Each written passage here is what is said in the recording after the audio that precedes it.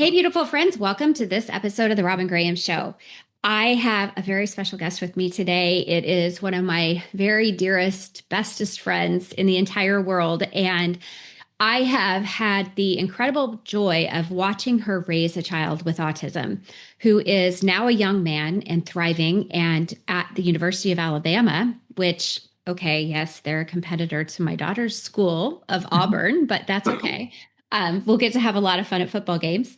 But anyway, I want to share Suzanne with you because we were recently together and we were talking about the kids and talking about life. And what came to my mind is just the exceptional job she has done raising a child with special needs.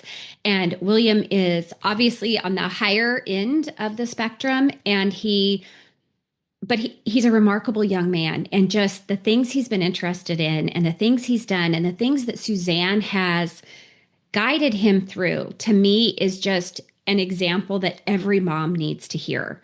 Every mom with a child that has autism or any other special needs needs to know Suzanne and needs to know the gifts that she has shared with her son and how she has done such a remarkable job. So today I am blessed to get to share her with you. And I hope whether you have a child that has special needs or not, I hope that you just listen, because I'm sure you have a friend who does have a child. And oftentimes there's that separation of, well, what do I say? What do I don't say? How are they feeling? What are they not feeling? What are they up to? What are they not up to? And so on and so forth. And so I think this conversation is just going to guide all of us in how we can support each other as well as our children as they grow and develop and ultimately go out on their own. Prevalence of anxiety increased by over 25% since the onset of COVID, and the highest increase has been seen in youth and women. Maybe you or someone you know struggle with anxiety. It's highly likely. Or maybe you or your child suffers from unexplained stomach pain, headaches, lack of sleep, irritability, excessive fear of trying new things, or an inability to focus. But doctors can't find anything physically wrong with you or your child. These could be signs of anxiety. I have experienced all of those things throughout my life, and that is why I wrote You, Me, and Anxiety: Take Action Over Anxiety to Enjoy Being You. I wasted a lot of years not living life to the fullest because of anxiety and fear, and I don't want you or your teen to have to live that way. You, Me, and Anxiety is part memoir and part self-help. I break the book out into chapters on anxiety, fear, worry, anger, shame, forgiveness, trust, values, relationships, comparison, hope, self-discipline, and much more. Someone recently described You, Me, and Anxiety as the handbook everyone needs to navigate anxiety and live a joyful and purposeful life. You, Me, and Anxiety is a quick read and includes activities so that you can discover triggers for anxiety and learn and apply my 5 C's of journaling method so that you can take action over anxiety to live a joyful and purposeful life. The teen book is for girls 13 and over. I recommend the parent book for young women over 20, and for parents, of course. And the journal is an added bonus so that you can take action immediately as you read the book. Learn more or purchase the book at www.youmeandanxiety.com. Welcome to the Robin Graham Show, a top 1% globally ranked podcast for high-achieving Christian women in leadership.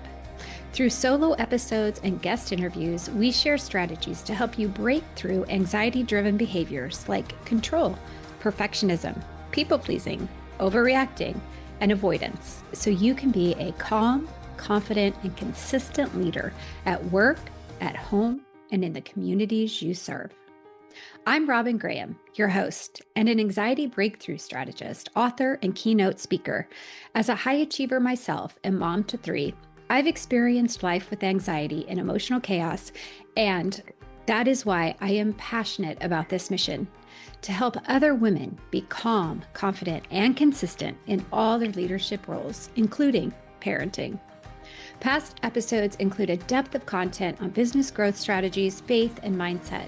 Now you'll experience more topics related to parenting, overall well-being, relationships, faith, mindset, and more. I and my guests will share our personal experiences and practical strategies to help you live a calm, confident, and consistent life with your family and in your leadership roles. Subscribe for new content every week. And be sure and visit therobingraham.com/resources to download free resources to help you develop healthy habits for a healthy mind. Now for the good stuff. Grab your cup of coffee, the car keys, or the dog's leash, and let's dive in. Suzanne Gaines, welcome to the Robin Graham Show. Thank you, Robin. Happy to be here with you always. I just love you so much. So, public announcement. She's just the best woman on the planet. I swear, the most thoughtful, and just, I appreciate her so much. But okay, Suzanne, I'm going to stop gushing. Tell the listeners, will you, a little bit about what brought you to this point in your journey?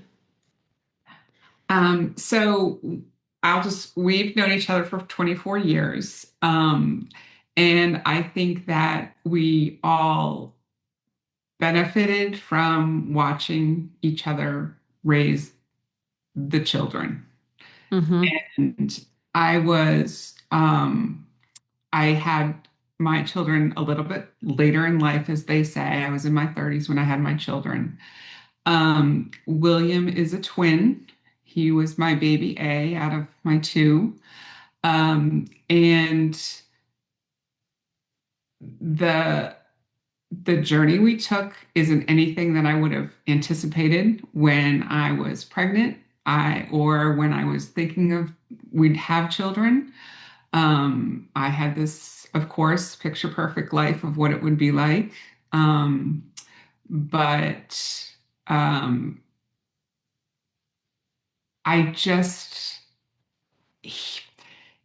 get the joy from him because everything he does, he is happy about. So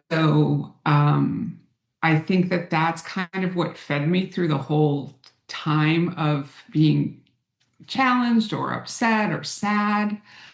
Or am I missing out on something for him? He was always happy and always was interested in looking at something and doing something. And I mean, there weren't a lot of days of sadness and crying for him. So I needed to find the people that would continue to nurture him that way, or to truly find the joy that he can bring everyone. So I tried to take it little by little through the years, and not take it as a whole big, oh gosh, how are we going to get to 20 or 21 years to get him to be independent? So that was my thing. I did small steps, and I did looking at other people of how they were raising their children that had everyday regular nurturing days, no disabilities, no challenges in that sense, at least from my eyes. I know everyone does, but so I just kind of took it in a day by day situation and hoped our next goal. We always kind of had goals or had thoughts of what we were going to work on. So that was the way I did it. Yeah. And you were a teacher by degree. I was. So how did that influence your journey? So I I had a husband. I have a husband who gave me 99% of the opportunity to make my decisions about what would be best for William, because he knew my education background really was important in decision making for William. But he also was the soundboard and the one who could be reasonable and take me out of being the mother, and kind of put it more as like, let's look at the whole thing for him, not just the emotional part. But when I went to school and I'll back up a minute. Where we lived in Texas, there was a new speech school, and he was able to go to a speech school. In that speech school, which was part of the public school, they wanted to test him for autism. And I said, okay, because I never was against any kind of testing for any child that I could do. It would get me an answer that I might need or might not know I need, but I would benefit. So they called me on a Friday night and I didn't answer. And they left the message that he had autism from the test. So I lived with that all weekend long. And then my we went to public school and they said, you haven't signed off that he has autism from the previous speech school. And I said, no, because he is 5 years old and the journey ahead of him is long. And before I put a label on him and documentation and kind of put him in this box for all of you to see at school every day, I won't do that until I check every box and go through doctors and tests. So I got a little pushback at the IEP meeting, but I knew that that was like the right thing because my developmental pediatrician just thought he what was had quirks. She's like, he does not have autism. And I did that for 2 years with her. I'm like, I think he does. And she's like, nope. So I was with someone saying yes and someone saying no, I was hesitant to just, sign the paperwork to put him into an IEP, on 504s. So I did an back extensive study at Children's Hospital in Texas with him. And it was for 3 days. And I will tell you that I walked in that place and I sat down on the day that we got the diagnosis after all his testing. And I said to Joe, my husband, I said, he has autism. Like we knew it, like I knew it, but just all of a sudden sitting there, and I'll say the pit in my stomach, because I was like, what is ahead for me? And I'm like, I just know it.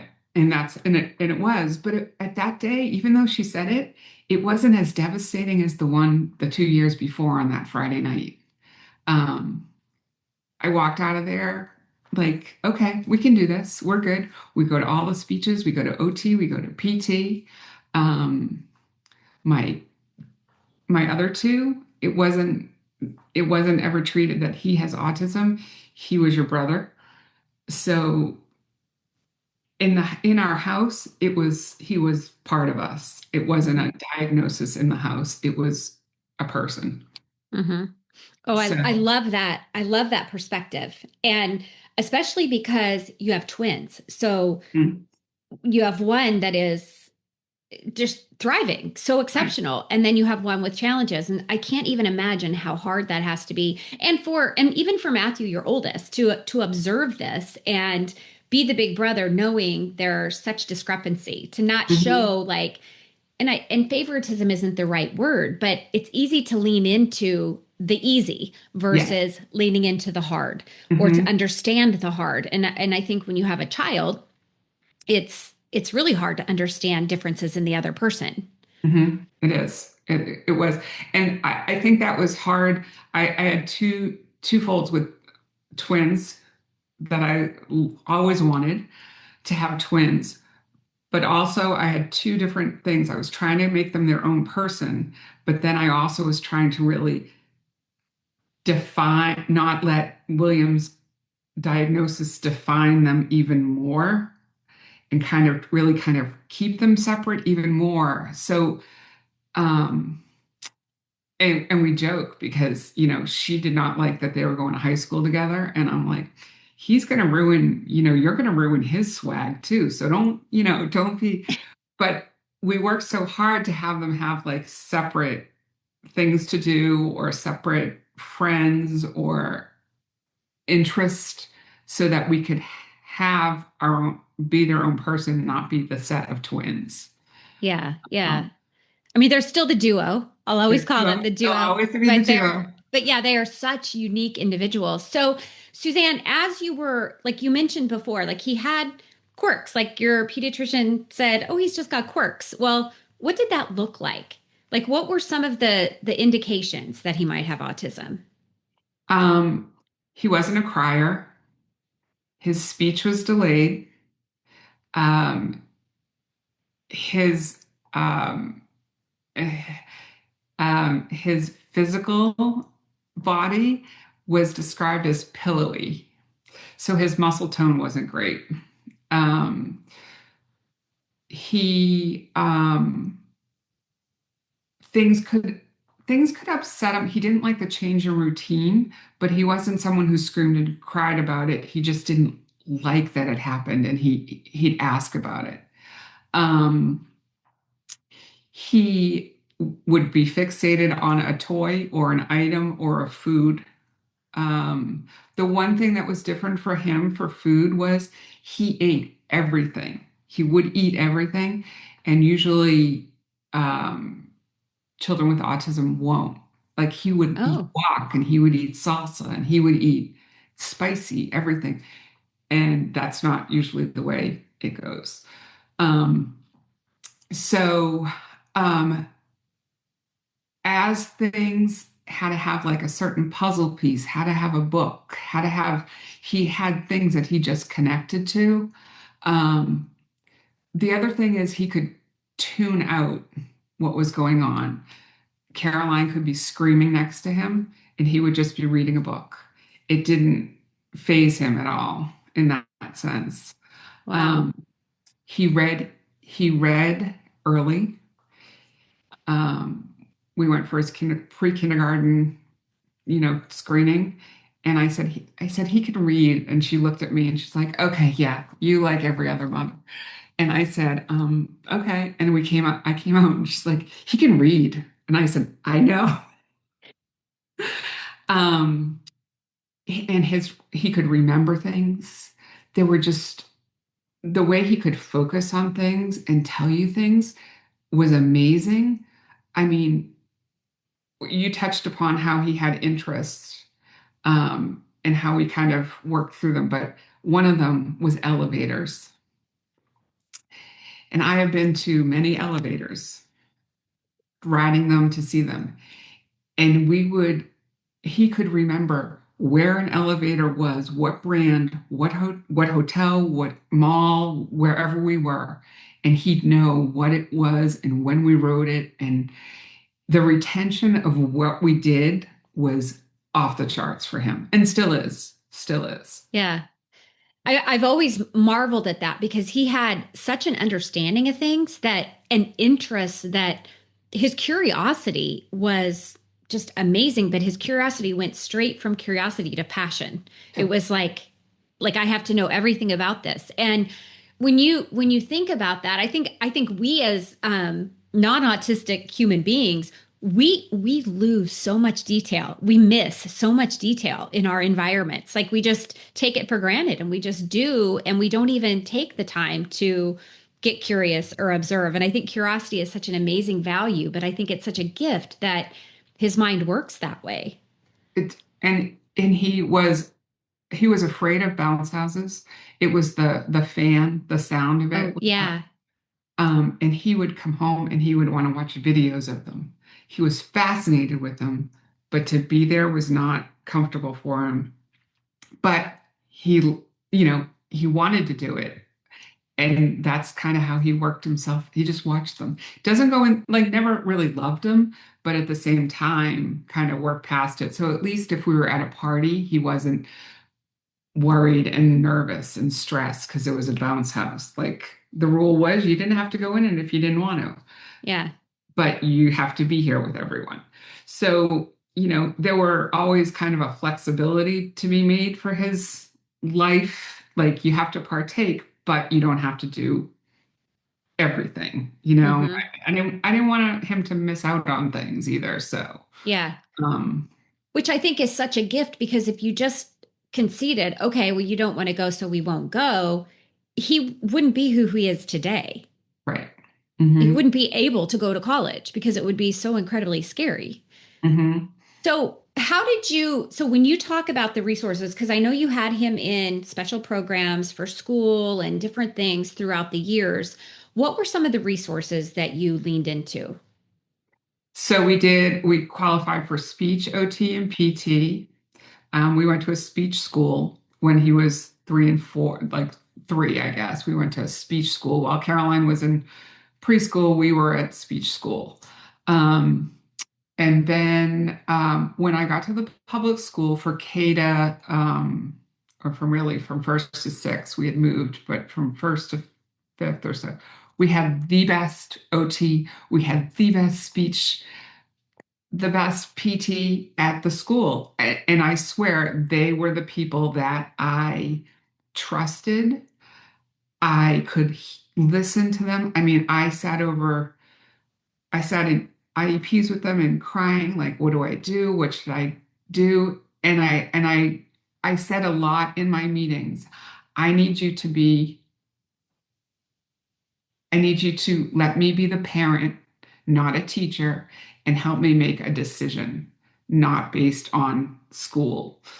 And they did. I mean, Carol, who was the OT, she was like, I know it's hard, but you need to let him do this or you need to let him do that. And I'm like, okay. With middle school, we put him in a private school. Um, and I think that that was a huge difference for him. He got a lot of confidence. It was smaller groups. He got organization skills, which are great to a certain point because I'm an organized person, but I feel like he's above me in the organization part of life and telling me when things need to be due. Um, and leaving eighth grade, uh, um, we made the decision to go back to public. And it was a really hard decision to do. Um, Many tearful nights, tearful days. But again, I had a husband who encouraged me that we do it. We'll only take it year by year. It's not 4 years ahead of us. It's freshman year only, and let's figure it out. We got connected to the best case manager for William.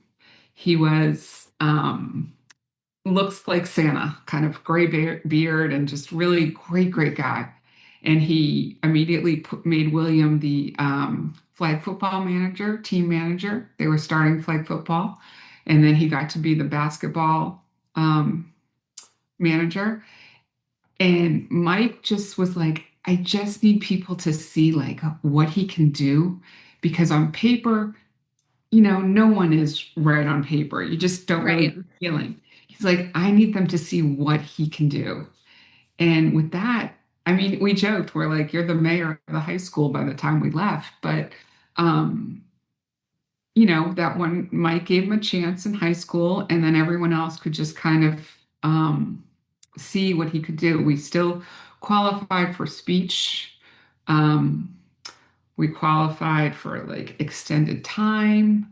I took everything in an IEP meeting that I could get. Um, Even if I hired, I'm not going to think of the right word, of course, someone to go in with me, an advocate to go in with me for high school, because I was at the point where I'm like, if we're going to do this, we're going to do it the right way and we're going to do it with all the support that we can get. So I had an advocate go in with me and make sure that we didn't get sweet talked out of public school support that they could give us.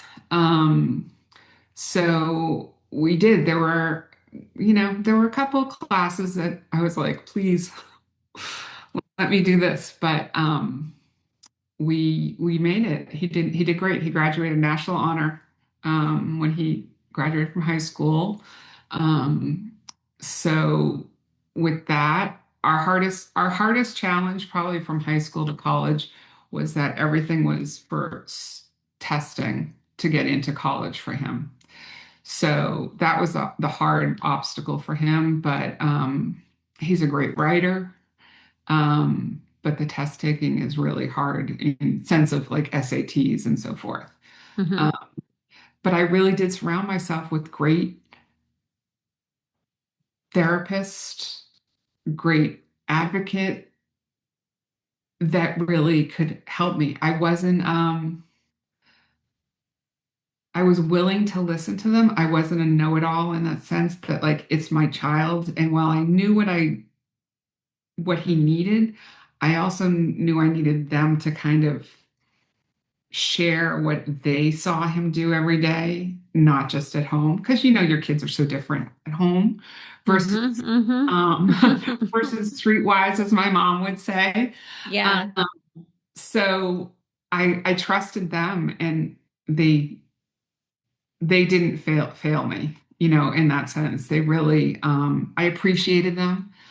Like, we wrote them notes, we gave them little gifts, like I sent them a cupcake on a Monday or something, but just like I appreciated everything that they were doing for us, um, because it wasn't easy. They were just as much for me as they were for him, um, Mm-hmm. and helping me and guiding me in what I needed. And That's great. he's been out of elementary school, but I still am in contact with all his therapists from there. So it's good. It was really good. I think a couple of the words that keep coming up as you're talking is humility, one, Mhm. and appreciation, two. But also it's that letting go of control, which is so hard to do, but to just be able to accept the help, even though they may not say exactly what you want to hear, but allowing yourself to allow them to guide you and direct you and to guide William versus always wanting to take control. Yes, I think that probably helped me. I didn't go in, in glory of screaming and yelling. I went in and as like I am throwing myself down and like help me, like tell me what I need to do and I'll do it. I just am at a loss or I don't know what's the best thing right now for him. So they were really important. And like I said, you get to a point you're like, okay, who are you helping, him or me? Mm-hmm. Yeah. And there were days that like I would say to myself, I'd go to bed and I would say to Joe, I'd say, autism was really hard today. And I didn't always have those, but I felt like at least when I said it, I could recognize that the day was hard and it's okay, but that was the day. So, Mm-hmm. like, tomorrow, don't carry it into tomorrow. Just today was, you've recognized it. It can only be better. So, go with that. So, that was my like tagline for many, many years. Elementary, the young years were really, really important Yeah, yeah. to So have that. I think for a lot of people listening, they're probably curious, like, okay, he went to college. How did that process work? I mean, that is a big deal. Like a big deal for you to release him to the Yeah. world and a Yeah. big deal for him to get to find a program where you could be at ease, but he could thrive. Right. So, my older son went to Alabama. So William was always good with familiar spaces. When things were familiar, it just kind of eased him. So we did college tours. He wanted to only be 3 hours from home, um, which what at the time I was like, oh, don't limit yourself. But now it's perfect. So we toured colleges, and I probably was the one that it didn't say it, but I was like, oh, I don't know if this will work. I don't know if this will work. So I bought the big, all those like college books, big chunky books. And it was all colleges for learning disabilities. So there was um, all kinds of colleges listed and all kinds of disabilities they support. Some are really great. Some are more ADHD. Some, were had more learning concerns. That was super. Well, I looked in. There are a ton of colleges that have support for autism. So that's the one thing you need to know. Like there are lots of them out there. It is work, and you do have to dig, but there are colleges out there. Um, so I we got into one in Florida, but that was 6 hours. And then we got into another one that wasn't too far from here, but I just didn't like, for me, I didn't like the setting. I wouldn't have liked leaving him there. So he had that in his mind, he wanted to go to Alabama. And we found out about Alabama has UA Acts program. which is their autism support program. And they have mentors, student mentors. So William had a student mentor who was a senior, and they would meet together on Mondays, talk about William's week. They would meet on Fridays, discuss the past week, call me, tell me the grades, tell me what kind of things he had done that week, social activities. He has to go to five, I think it's five a semester. He had to do 40 hours of study hall. So they tried to give him the structure that he needed to learn to be responsible. Now, William is a uber responsible and diligent and doesn't miss a deadline kind of guy. So that wasn't my concern as much as it was getting him acclimated into not coming down for breakfast in the morning and and my laundry's down the hall. I just put it down there. So it was more of the lifestyle skills that I was happy that we could have. He was lucky enough that in the program you can request your room. So he had a single room because that probably was our biggest concern was he was worried about who the roommate would be. He's a rule follower. He didn't want someone who's going to break rules and be doing all kinds of things. So I was I was concerned about the social part of it for him because I knew that kind of could make the downfall. But he went to the walked on the treadmill every day. He got our money's worth out of the dining hall. He would, went to all the games, the events. He went to every sporting event.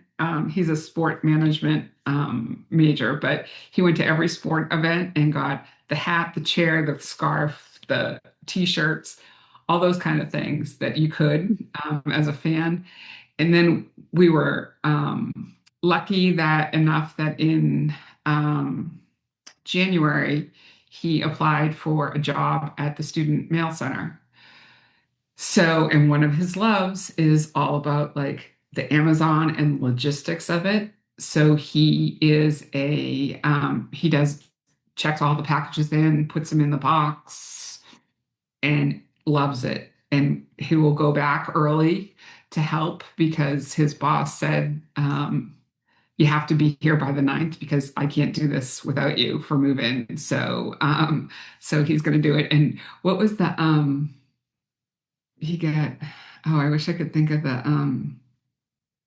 you got swagger. I think that was the thing. She's like, oh no, yeah, you got swagger. That's what I like about you. And he just gets it done.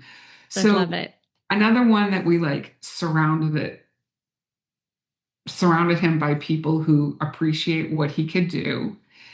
And, he's not going to be the one probably that gets in front of a crowd of 500 people and makes a speech about things, but that's not him. Mhm. So it's not that I'm sad missing that out for him. I would be sadder if he didn't have this job because Yeah. how he shines versus talking in front of 100 people. He says hello to everyone, and knows everyone. And he So brings the bus driver coffee. he brings a bus driver coffee. I mean, yeah, he's just, and that's the part. He just makes everyone happy.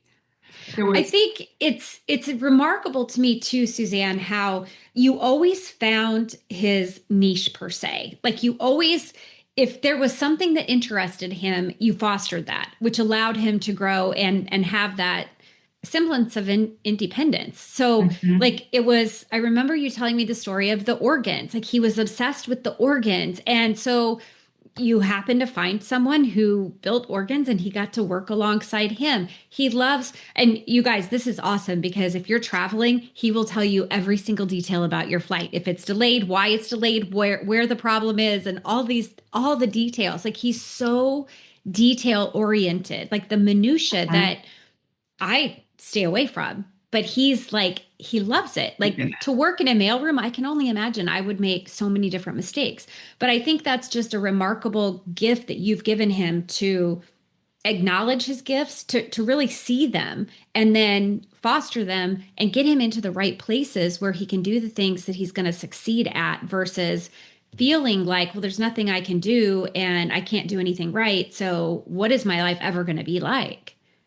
Yeah, no, it's never, um, and I don't think I ever really said to him, like, you have autism, you're diagnosed, this is what this means. I never said anything. He had said it to my mom and dad one time that he had autism and did they know what it meant? I mean, and he was like 8 or 9.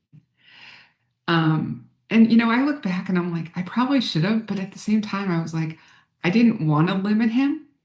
I wanted to give him all the opportunities, like what he liked. I wouldn't have done it differently for the other two. So why would I not kind of foster what he wanted or what he liked? Yeah. Um, and I mean, there were times that like we had to do it.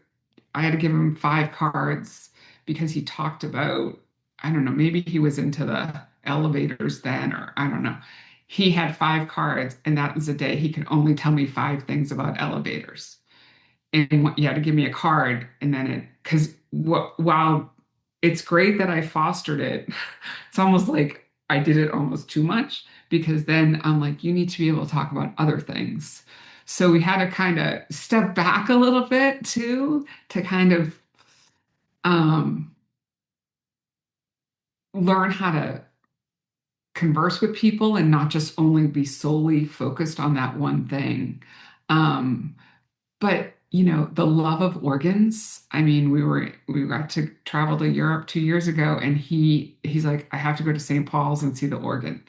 Like there were just things to him that are really important. And, my other two were like, oh, and I'm like, well, it's just like going to Zara and the Naval Museum. I'm like, this is what interests him. So, you know, I'm like, we have to do what everyone wants to do.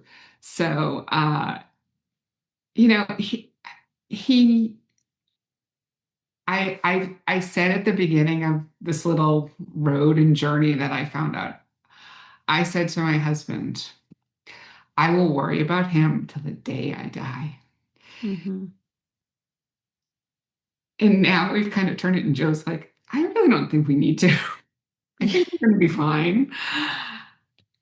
He's like, we just don't. He'll be okay.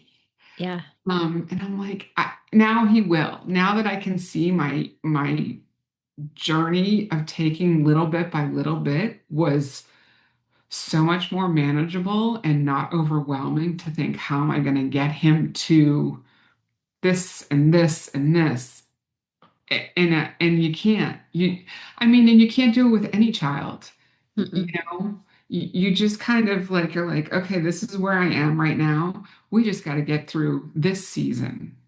And then once I get through that, there'll be another one. But, right now, this is the phase or this is what we need to do.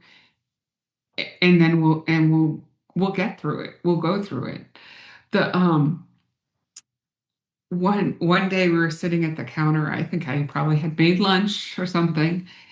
And I felt like, I checked, like I felt like I need to check in with them. And I'm like, I said, are you okay? Do you like school or whatever what was going on at that time, do you like that? And he said, yes. And I said, okay, I just wanted to check on you because sometimes I worry about you and I just want to think. And he goes, you never have to worry about me.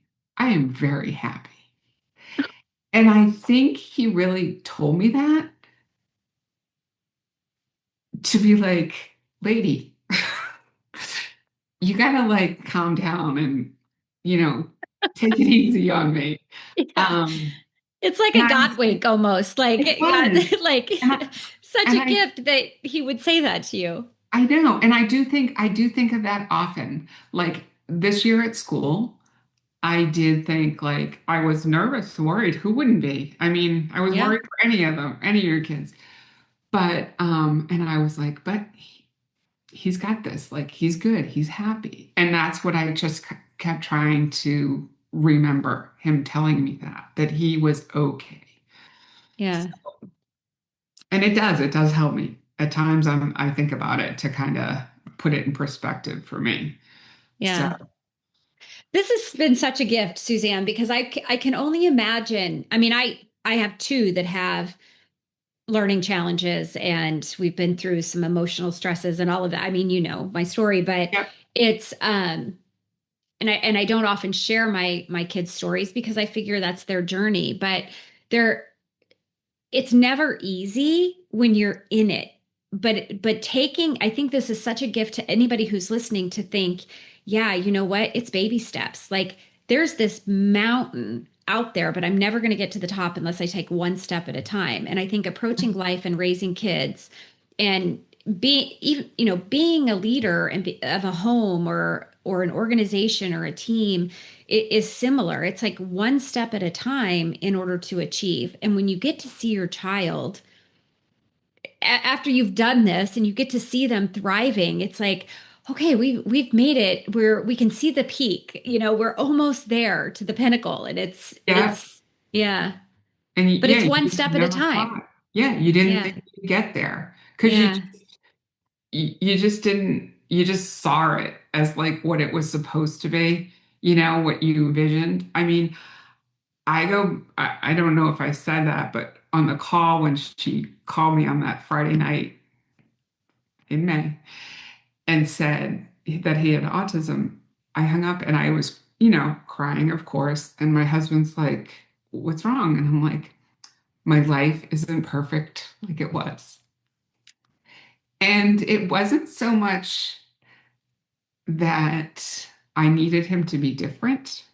I just didn't need that label because I think I really thought we were doing a great job. So for someone to tell me that and then think like what is ahead of me is going to be so much to deal with. Um, and that's I guess when I kind of had to like go back and do like the little bits, as you said, instead of the whole pile or the whole mountain in front of me. So um yeah, it was, but I do the same thing of like if he wasn't, I don't know what our life would have been like either because yeah. it is a perfect little family from of who fits in everywhere and who has a job to do. And I mean, he's the best house manager and packer up of Amazon packages and keeps you on your toes, and you should have done that. But, you know, that's just how he is. And some days it's too much, but other days I'm like, oh gosh, thank goodness you told me that. I forgot it. So, Yeah. yeah, and it's true. I mean, it is one of those things like you just don't appreciate it, or you don't know what the path was until you go through it and you look back and you're like, it was meant to be. And Mm-hmm. it really was. He brightens so many people's day. And I mean, I can call my mom every night and give her a laugh, and he had an extremely tight connection with my dad. And I think that's the stuff that I need to kind of feed my heart with, Mm-hmm. that Mm-hmm. he does really make everyone happy about things. And you're not stressed and you're not worried when you're talking to him. So, he just enjoys it. And I don't know if it's oblivious or if and I know he worries a lot. But in the moment, he really does enjoy. And I have to follow that too for him Mm-hmm. and love what he shares with all of us for that. Yeah, yeah. And what a blessing. And I think it's, we talk so much about faith and everything on the show, and it's like, God allows things to happen to us, but it's not because he wants something bad to happen to us. It's how we learn and grow, and even releasing that perfectionism. Like, oh, what a weight off your shoulder. But Your family's not perfect, but uh, it's perfectly perfect for the five of you. yeah, And like you said, everybody has their role, everybody has their place, and it works out. And the most beautiful thing is just that joy that he shares with other people. or that he gives other people. And I mean, I'm a sucker for a William story. You know that. I'm always like, okay, give me a William story.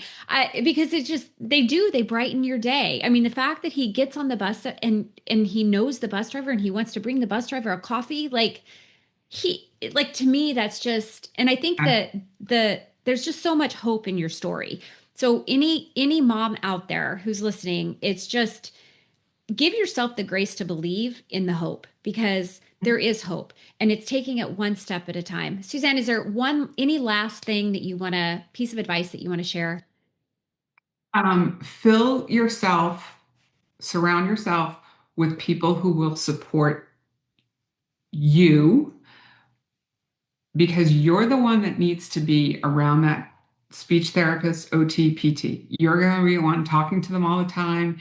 You need to make sure you love them just as much as he or she connects with them. And if you don't, find the one that does, because the journey is hard enough without having the right people to support you and trust. So that's my biggest thing. The therapy is huge, and the right people to support you through it is what is important. I love that. And we all need those people in our life to support us. Like Everyone. Yeah. everyone. So Hello, friend. yeah, I know, right? It's like, oh, thank you, God, for Suzanne. Oh, wow. Okay, Suzanne, if anybody wants to connect with you, what's the best way to connect with you? I will, can I give you I'm Five Family Mom on Instagram. On Instagram? Yeah. So I'm five Family Mom. Yeah, on Instagram. And I will put that in the show notes, everybody. Okay. So you can connect with Suzanne there. And yeah, I mean, she's like me. She doesn't post a lot on Instagram, but she follows really amazing people, and she sends me really great messages of all of these great ideas. So there you have it. But all right, friends, thank you so much for being here. Suzanne, thank you for being here and sharing your story, because it's a remarkable one. And I know it's going to be such a glimmer of hope for anyone listening. And listeners, if you know anyone who has a child that has autism or special needs, share this episode with them, because we all need hope. And that's how we can also share or create that ripple effect of good in the world, because kids need hope, we need hope, and together we can help each other and hold each other up. So please share the episode, and if you'd be so kind to leave a rating and review, that is how we continue to grow and reach amazing people, and I can get my friends to actually agree to be here on the show with me. All right, I'll see you all here next week. And that's a wrap, friend. A heartfelt thank you for being here. I know there are many other ways you could spend your time, so I truly appreciate you joining me. If you enjoyed this episode and found the information helpful, will you please take a moment to subscribe and leave a rating and review? Ratings and reviews are how we grow and get amazing guests, and how more people find the show. A kind review would mean the world to me. Oh, and don't forget to share the episode with someone you know it could help. And let's connect. You can find me on Instagram, Pinterest, and LinkedIn as The Robin Graham. And be sure and visit the website, therobingraham.com/resources, for a plethora of resources to help you navigate life with anxiety and to maximize your potential. Until next time, remember to smile.